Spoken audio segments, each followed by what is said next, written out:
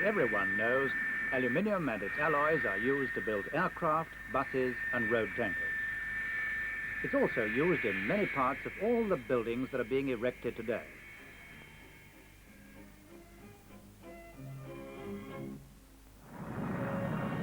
Within the wings and fuselages of all aircraft are strength members and spars machined from solid slabs of aluminium. This method of manufacture achieves maximum strength with lightness. During the manufacture of a wing spar, as much as 85% of the metal is machined away to leave a very strong but light member.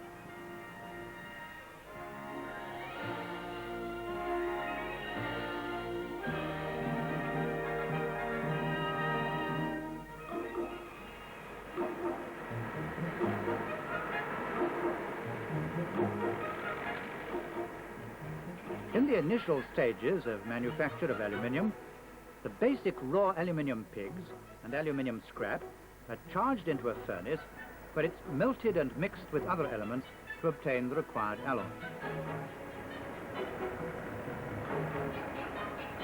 After careful control for 4 hours, it's finally poured into molds to make ingots. 8 ingots are cast at one time by the continuous casting method. They're water-cooled as they're cast. The ingots weighing 2 tons or more are then withdrawn from the pits and after stamping for identification are ready for scalping.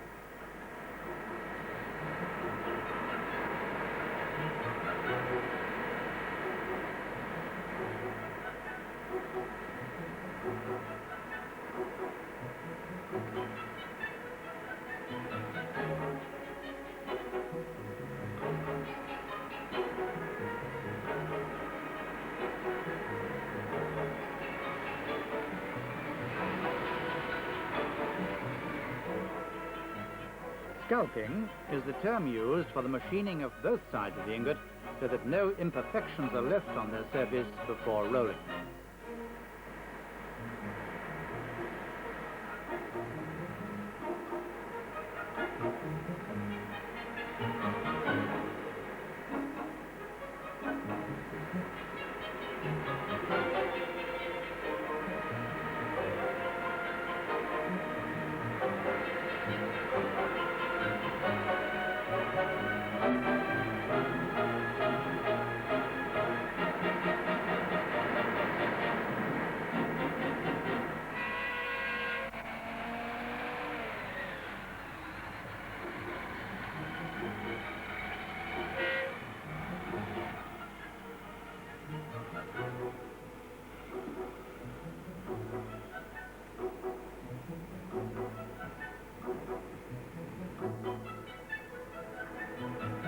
After scalping, they're moved to the rolling mill and preheated, ready for rolling into heavy slabs for strength members of aircraft or into general purpose plate.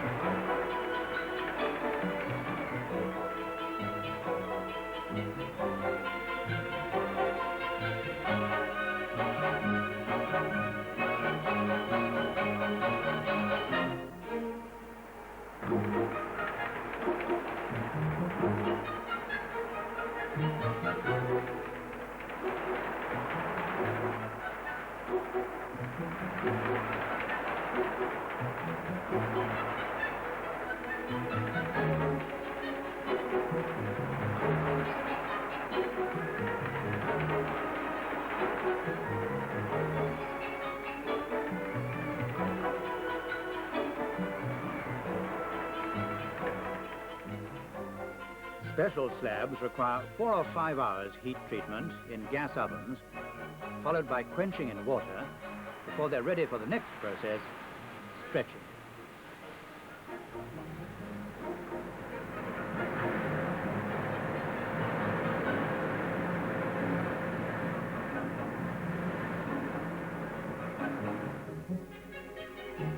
Stretching is necessary to relieve the locked-up stresses after heat treatment. This ensures that no distortion takes place during machining. Slabs are pulled to give up to 3% elongation. They should not be broken.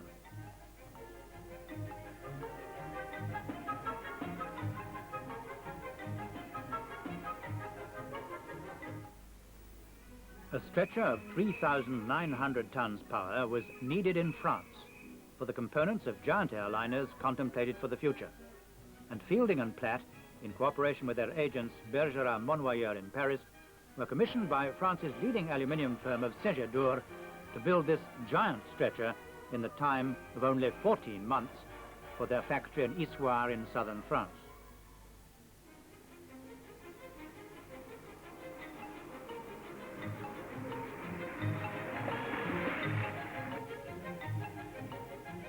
At Fielding's factory in Gloucester, meetings were conducted without delay to ensure perfect timing and coordination of the whole project and to settle basic design.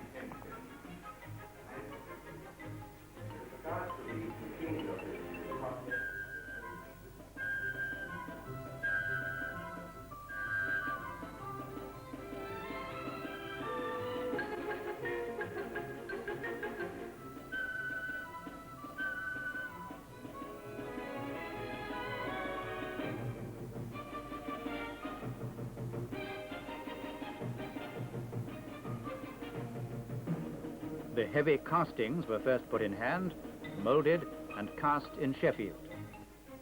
As these castings weighed over 110 tons, they'd take the longest time to manufacture and therefore needed very careful progressing.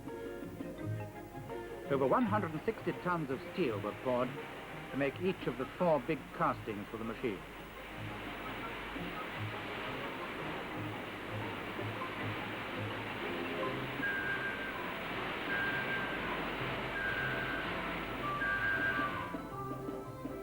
While the castings were proceeding in Sheffield, the more detailed work of designing and calculating could continue at the same time. A model was also made to assist layout, site erection, and overall planning of the project.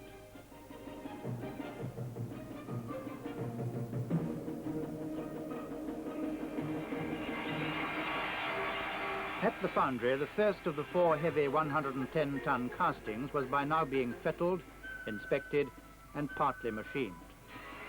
The firm of English Steel Corporation carried out this work, as they were one of the few companies capable of casting and machining these pieces within their own factory, thus saving expensive transport costs.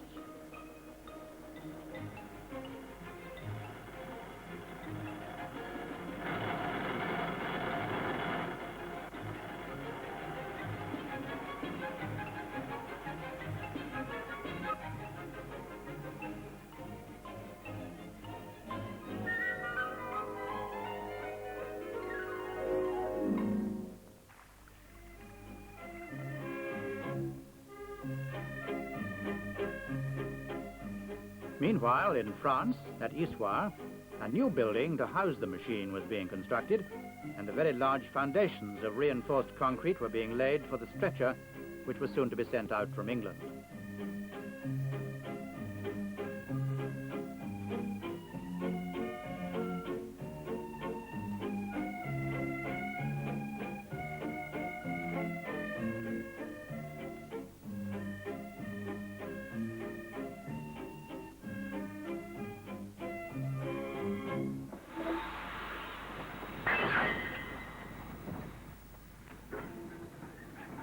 The first consignment of goods left Gloucester 7 months before startup, but work continued at the factory on the smaller assemblies, testing, checking and dispatching them in the planned order during the next few months.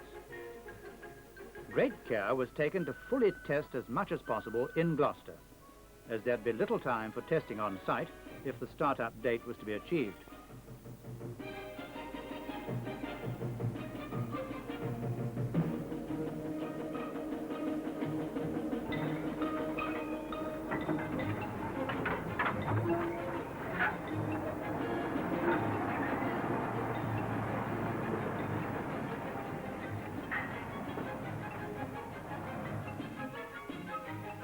British Railways handled the transport of all the various consignments across the Channel and down to Issoire using the most economical route.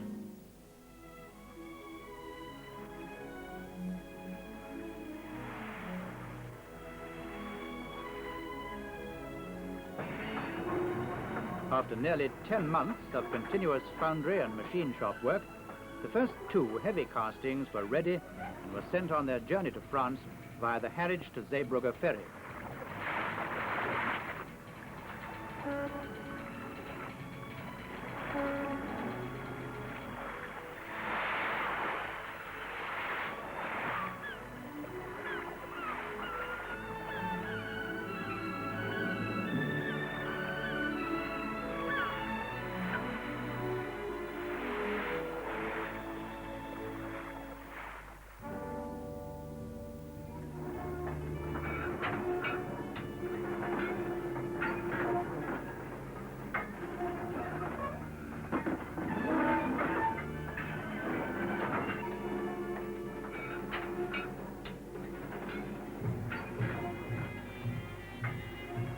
Special heavy low-loader railway trucks were used right through from Sheffield to Issoire and were sent back to Sheffield for the second pair of castings.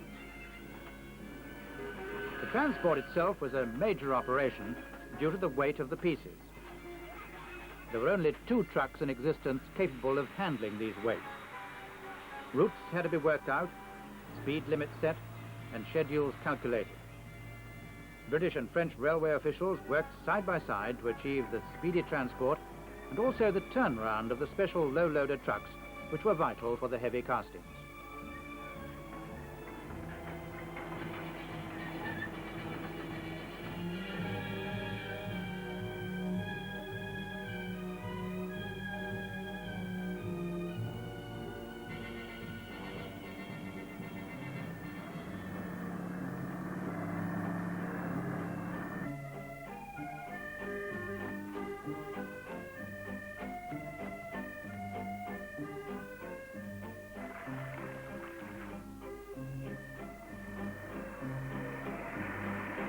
The delivery, site erection and commissioning was carried out night and day with all speed during the worst winter for 100 years.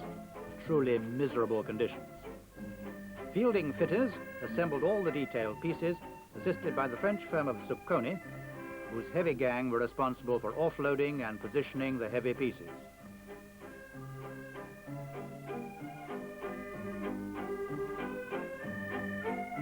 It took several days to erect ramps and fix up the tackle for offloading these heavy pieces, as no substantial cranes were available for lifting. Once the equipment was set up, the actual unloading was done quite rapidly.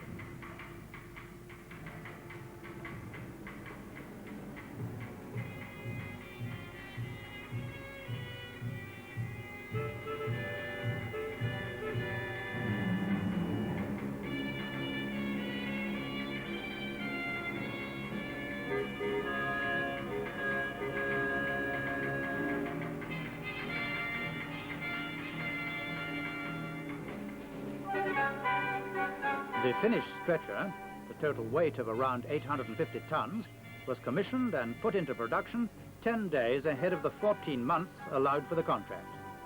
A credit to the engineers and craftsmen involved in the whole project.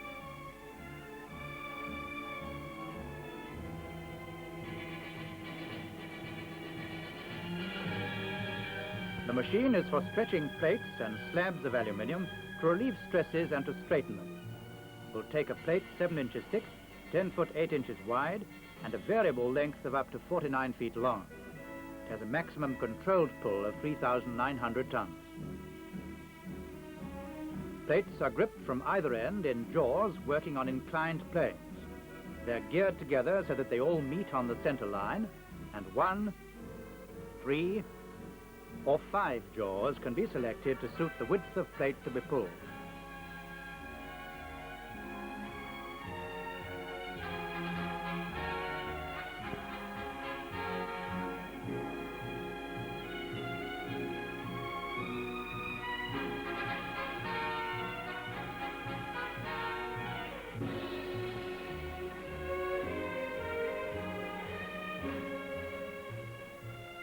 The plate is stretched by the cylinder crosshead, which is pushed back by 2 rams, one on either side. These rams provide the full power of 3,900 tons. An automatic compensating device ensures a parallel pull, in spite of the possibility of an offset load on the crosshead. Power for the main stretching operation is from 2 Towler pumps, pumping oil at 2 tons per square inch.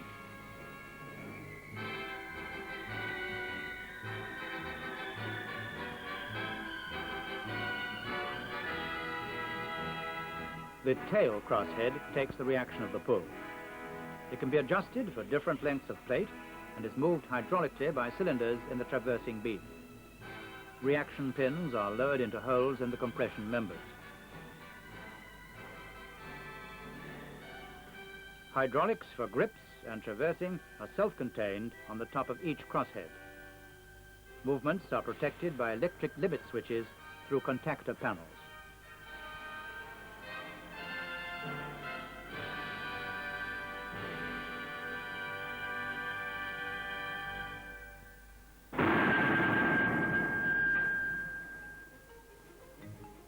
A serious condition with stretchers occurs when slabs inadvertently break. The energy released in the slab and energy in the compressed oil in the cylinders would destroy the machine if provision were not made to dissipate this energy gradually. The crosshead can be seen to accelerate back when the break occurs. Great thought and design studies were concentrated on this important feature until the following brilliant method was eventually adopted.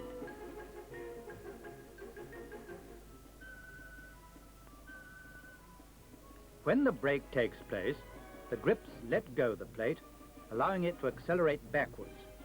It's immediately gripped again, but by this time the crosshead is already accelerating backwards, and the energy in the plate is transferred comparatively slowly into the crosshead. Accelerations of 9G are to be allowed for in these masses which weigh over 320 tons.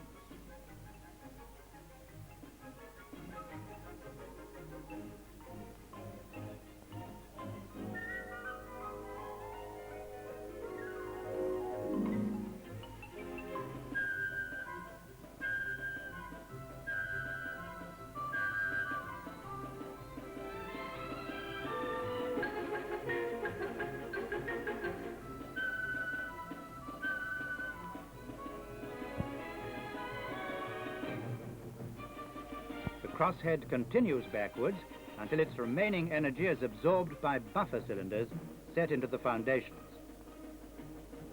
Likewise, on the traversing or left-hand side, the plugs in the end of the cylinders accelerate the crosshead backwards. At the same time, the grips open and immediately close back onto the plate, and the whole structure is brought to rest at this end also by buffer cylinders set into the foundations.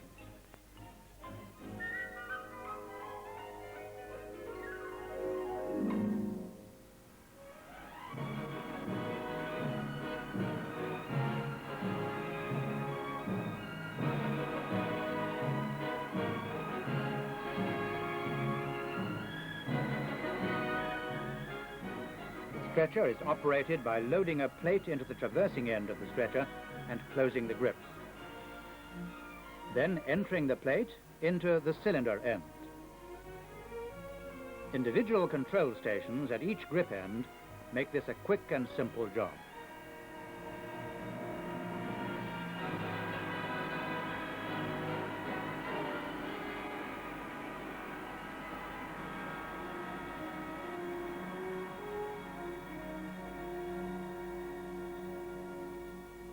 When all is ready for pulling, the required power is selected. All rams must be in the correct position and all safety lights showing. The slab can now be pulled with a smooth power to the desired extension. slab can now be removed and the next slab loaded into the machine.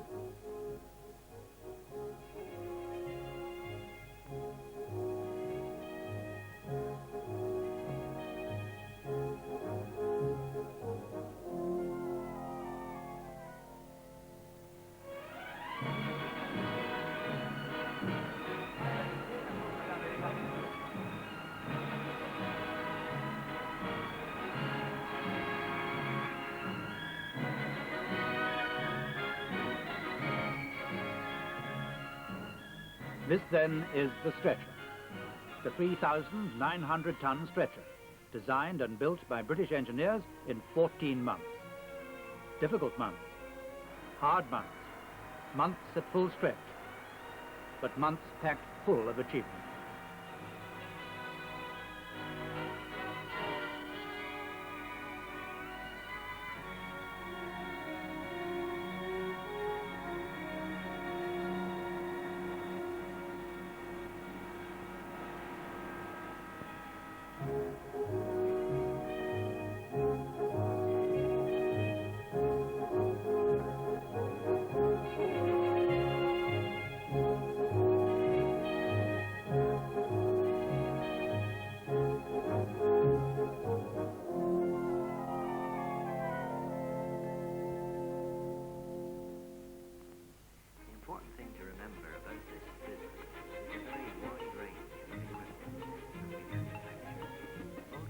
Plate stretching machines are only part of a wide range of hydraulic presses and equipment designed and manufactured by Fielding and Platt.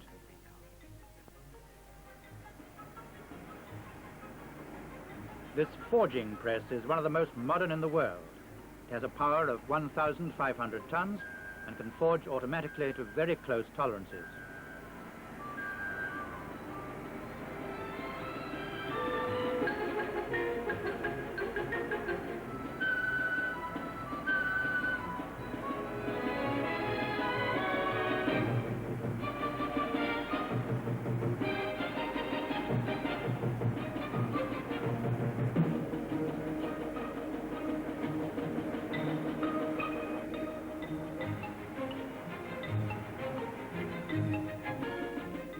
Scrap steel and aluminium is processed in Fielding baling presses, so that the scrap is in small bales for ease of handling and remelting.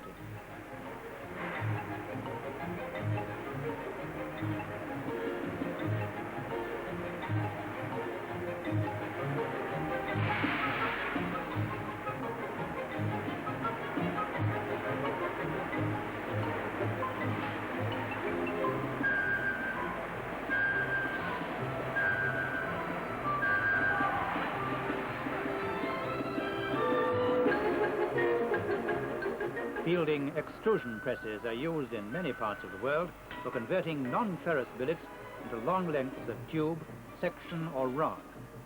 These extrusion presses are made in all sizes. Technical excellence, confidence and appreciation of the customer's requirements can be seen in all this machinery.